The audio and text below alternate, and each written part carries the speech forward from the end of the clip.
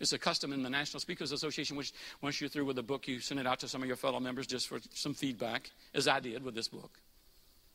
I sent a copy to Al Walker, who's the former president of the National Speakers Association. He wrote me back a very complimentary letter, but what he said in the letter about his wife was more meaningful.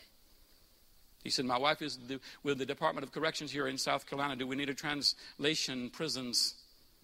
She read your book, she laid it down, she made one comment, said the difference between a kid getting a good education and in turn getting a good job on the one hand and a kid going to prison on the other is one got encouraged, the other one did not. You will never know in a million years the impact that you have on other people, and particularly in the workplace. Did you know that you have employees who statistically come from such dysfunctional environments, such dysfunctional families, that the only kind word they ever hear in their life is from you? The only comment of encouragement is from you? I got a call from this couple I had not seen in more than 30 years where I first practiced law. They were crying on the phone. They said, Gordon, we wanted you to know that our son Paul died. You were his hero. He was always talking about Mr. Gordon. I expressed my condolences, and after the phone call, I reflected. I barely remember Paul. The last time I saw Paul, 30-some years ago. I did nothing special in Paul's life to be a hero, and then I reflected more. And I remembered every time I saw Paul, who was physically and mentally challenged. When my wife and I would see Paul at church, when we see him at social events, I always encouraged him. I said, Paul, you can do that. You can do that. You'll never know the impact. Inside the workplace, outside the workplace, inside the workplace.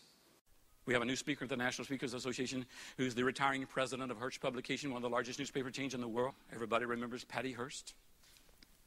He is the top dog. He has written a book himself about leadership. And he told his story, and when he told his story not too long ago at one of our breakout sessions at our National Speakers Association, chills run up and down my spine. He said, I was written in foster care.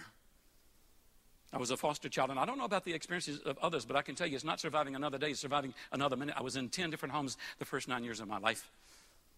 And going from the 8th home to the 9th home, the daycare, the caretaker called me into her office and set me down across from her desk, leaned over and smiled at me and said, you are special. Mark my word, you will go places in this world, you are special. He said, that was a tattoo on my soul. That was a tattoo on my heart. He said, that was more than 50 years ago. I can still hear it ringing in my ears. He said, when I was 16 years old, I was still in foster care upstate New York. And after school, I got a job at one of the local newspapers. My entree into the newspaper world is taking out trash, running errands. And the publisher came by one day and patted me on the back and said, you're some more competent employee.